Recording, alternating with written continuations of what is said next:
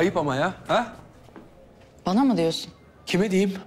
Niye içerideyim ben? Senin egon yüzünden. Ne egosu ya? Arkadaşım açık konuşursan. Beni içeri attıracağını söylemedin mi? Benim senin gözaltına alınmanla bir ilgim yok. Ben de inandım. Telefonu suratıma çat diye kapatırken öyle demiyordun ama. Bir yanlışlık olmuş. Bizim bilgimiz dışında. Öyle mi? İyi çıkayım o zaman. Niye içerideyim? Yok öyle bir şey. Herkese uygulanan prosedür neyse sana da o. Senin yanına gelmemiz bile risk. Ya sen bir konuşma, o bir konuşması olur mu? Ben güvenmiyorum da kendisine. Yapma ya. Senin güvenmene mi kaldım ben? Biz seni hapisten çıkardık Kaan. Bizimle çalışıyorsun. İlk defa tuzak kurmuyorsunuz bana. Ne tuzağı, neyin kafası bu? Bir şey biliyorsan söyle. Bilmiyorum. Sallama o zaman. Yavaş. Ne işiniz vardı o pavyonda? Bilmiyorum. Cihangir'le beraber oraya gittik. Ben korumaydım. Sonra polis geldi. Buradayım. Bu mu? Bu.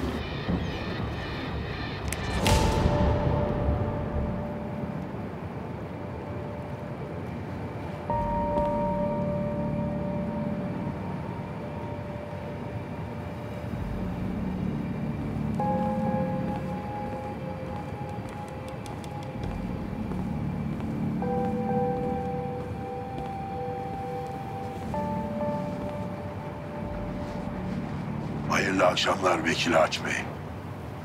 Balıktan anlar mısın İlhan? Denk düşerse yerim.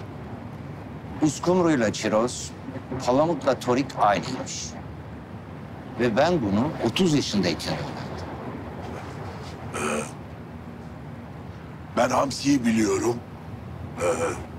Gerisi de hep aynı.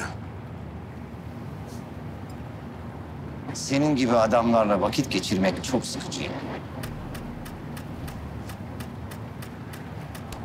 Şu işi halletmeni istiyoruz. Siz emredersiniz. Ben de hallederim. İyi. Şimdi motorun öbür tarafına gitsin. Artık seninle konuşmak istemiyorum. O işi hallet yeter.